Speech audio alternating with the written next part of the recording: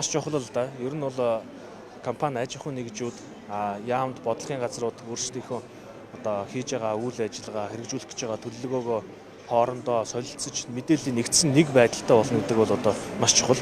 За бидний хувьд бол жишээ нь Эрдэнэс Монгол нэгдлийн 6 байршил төлөвлөж байгаа үйлдвэр технологийн паркийн төслийн талаар танилцуулга хийж одоо ялангуяа хувийн хвшлийн хөрөнгө оруулагч нарт төсөл хөтөлбөрүүдийн талаар одоо танилцуулж байна.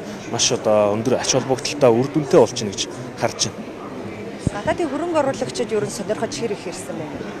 Яг нь нэлээдгүй хүмүүс бас компаниуд ирж уулзсан.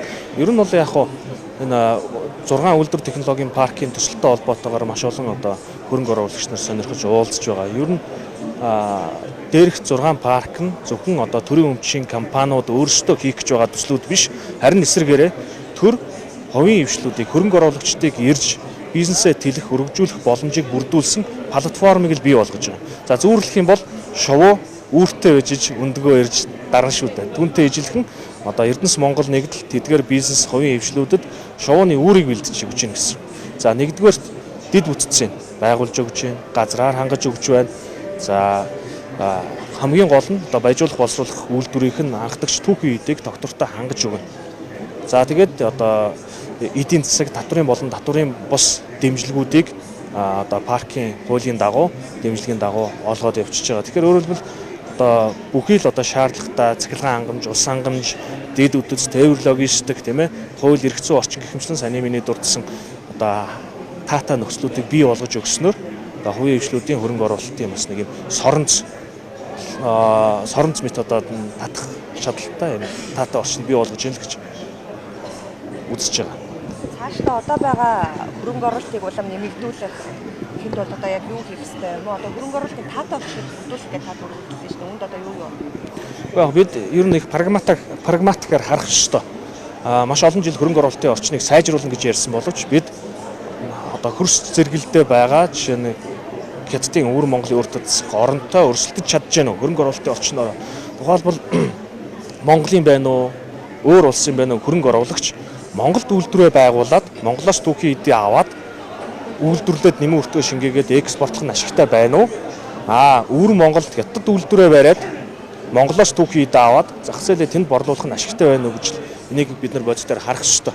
Яг өнөөдрийн байдлаар өнгөрсөн одоо 20 жилийн хугацаанд мэдээж одоо дэд үтцийн сул байдал, за хууль эрх зүйн докторгүй байдал, тодорхой бус байдал, хангалттай дэмжлэггүй байдал, цахилгаан эрчим хүчний одоо түрүүний хэлдэг хангалтгүй байдал тийм ээ, хүний нөөц гэдэг маш олон одоо сорилтууд, сул талууд байсан учраас мэдээж хөрөнгө оруулагчид бол одоо хөрш оронд үйлдвэрээ бариад өнөөдрийн бидний үр дүн бол түүхийн эдийг экспортлдог, тэд аваад боловсруулаад нэмэн өртгөө шингээдэг.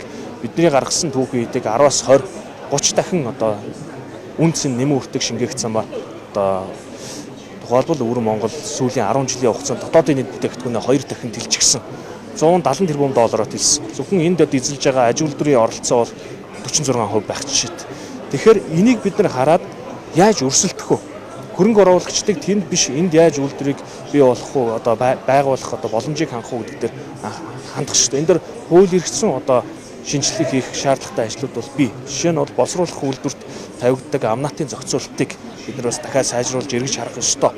Өөрөөр хэлбэл одоо түүхийн эдээ хямд үнээр экспортлоход ноогдож байгаа бага хэмжээний амнаатыг одоо төлөөд Хятадын хувийн хвшлүүд аваад гарч байгаа шүү дээ. Тэндээ бол баяжуулах үйлдвэрүүд нь боловсруулчаад Монголд амнаатын төлбөр төлөхгүй. Гэтэл эсвэргээрээ Монголд үйлдвэр бариад боловсруулаад эцсийн бүтээгдэхүүн гаргах үед тухайн эцсийн бүтээгдэхүүнээс дэлхийн зах зээлийн үнээрээс нь тооцоод одоо төлбөр ноогдуулж байгаа. За энэ нь юу юм бэ гэхэд түүнд одоо орсон уус цахилгаан одоо тээвэр цалин гэх мэтлэн нэмэн өртгөөс нь одоо давхар татвар авчдаг учраас энэ бас нэг бидний одоо өрсөлдөх чадварыг солруулж байгаа хүчин зүйл. Дээрээс нь бид өөрөө үйлдвэрлэгч биш учраас одоо үйлдвэр аж үйлдвэрийг хөгжүүлэх шаардлагатай, барих шаардлагатай тоног төхөөрөмж, бараа материал, за үйлдвэрлэх шаардлагатай химийн бодисууд тийм ээ, үйлдвэрийн түүхийн эдүүдийг бүгдийг импортоор авч байгаа. Тэгэхээр нөгөө улс бол өөрөө үйлдвэрлэгч учраас мэдээж хөрөнгө оруулалтын зардал, үйл ажиллагааны зардал хямд байх нь шүү дээ. Тэгэхээр энийгээ бид нар яаж одоо сул талаа арилгах уу гэдэг дээр хууль эрх зүйн орчны яг энэ бодлогуудаа чиглүүлэх ёстой гэж харж байгаа. Биднэрт бол бас даваа талууд бий. Түүхийн эдийн нөөц хангалттай зарим одоо түүхийд дээр харьцангуй хямд өртөгтэй. Тэр энэ давуу тал одоо талуудаа бас яаж сайжруулах уу гэж. Ингээд хөрөнгө оруулалтын орчин бол зөвхөн одоо татврын дэмжлэг биш, өөрөөр хэлбэл маш өргөн одоо хүрээг хамарсан асуудал байдаг. Тэгэхээр энэ бүх зүйл дээр л одоо анхаарлаа хандуулна. Үүнийгээ энэ үйлдвэр технологийн паркуудаар одоо жишг болгож эхлүүлэх ёстой юм хөрөнгө оруулалтын таатай орчныг бий болгосон одоо кластерууд л гэж хараад байгаа байхгүй. Манай газар одоо ажил төрөв парк байгуулсан. Тэгэхээр одоо парк хилтэнд орсон нь эсвэл ч одоо яг ямар нэгэн одоо ойролцоогоор хамгийн ойр хугацаанд зааш хилтэнд орно гэж хэлж байна. Яг хоо ер нь төлөвлөгөө бол 2035 он хүртэл 10 жилийн хугацаанд төлөвлөгдсөн байгаа. Нийтдээ нэг 5.4 тэрбум долларын борлуулалтын хөрөнгө оруулалт шаардлагатай жилдээ бол нэг 7.1 тэрбум долларын одоо борлуулалт хийнэ гэж. За мэдээж бодит нөхцөл байдалтай уялдаад энэ төлөвлөгөө хэдэн хувьтай биелэх нь бол одоо бидний хүчин чармаалтаас одоо бодит нөхцөл байдлаас шалтгаална. Ер нь бол хоёр ач холбогдлоор харж байгаа. Нэгдүгээр стратегийн ач холбогдол. Өөрөөр хэлбэл улс орон өөрөө үйлдвэрлэх шаардлагатай. Импортоос хараат байж болохгүй эрчим хүч, тийм ээ. Ган, бордоо, тесэлгээний бодис одоо юу гэдгийг чухал түүхийн идүүдээ өөрсдөө аль болохоор дотооддоо үйлдвэрлэдэг болёо гэж стратеги ач холбогдол талаас. Хоёрдугаарт нийгэм эдийн засаг талаас ач холбогдлыг харж байгаа. Түрүүний миний дурддаг хятад бол 10 жилийн хугацаанд 2 дахин GDP-гээ тэлж чадсан байна. Бид бол сүүлийн 10 жилийн хугацаанд нэг 5 тэрбум доллараар тэлж чадсан. Энэ бол мэдээж бидний уул уурхайн бас хөгжилтэй нэг талаараа холбоотой эдийн засаг өөрөө тэлж байна. Бараа бүтээгдэхүүний үн дэлхийн зах зээл дээр бас өсөж байна, тийм ээ. Олборлолт, экспортын хэмжээ бас сайжирч байна.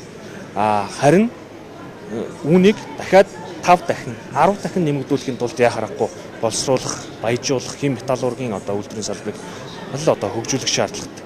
Тэгэхээр ерөөсөө жишээ нь бид нэр жилдээ нэг 800 мянган тонн жоншны өдрөө экспортлдог. Түүнээс нэг 120 сая долларын импортын орлого олж байгаа. Хэрвээ тэрийгэ дараагийн шатанд боловсруулад футарт тусдагч, футарт хөнгөн цагаан үйлдвэрлэж чадвал тухайн 800 мянган тонныхаа талыг бид нар боловсруулахад л ерөөсөө 300-аас 400 сая долларын орлого олох боломжтой. Үүнээс харахад бид одоо нэгж байгалийн баялагт ноогдож байгаа эдийн засгийн өрөөгөөжийг өндөрсгөж байгаа гэсэн. Олборлолтог нь ижлэх. Тэгээ экспортлох нь бага. Хэмжээ нь багасчих шүү дээ. Одоо боловсруулахаар. Гэсэн мөртлөө бидний олж ирэх орлого маань дор хаяад 2-оос 5 дахин өсөх юм боломжийг бүрдүүлж байгаагаар эдийн засгийн ач холбогдолтой гэж ярьж байгаа. Өөрөөр хэлбэл түрүүний хэлдэг стратегийн болон эдийн засгийн ач холбогдол биднэрт бий болох нэ гэж. Тэгэхээр өрн одоо үйлдвэр технологийн паркууд хүчин чадлаараа ажиллаж эхлэхэд нэг 3.2 тэрбум долларын экспорт хийгдэнэ. 2.5 тэрбум долларын импортыг орлох бүтээгдэхүүнийг үйлдвэрлэнэ гэж харж байгаа.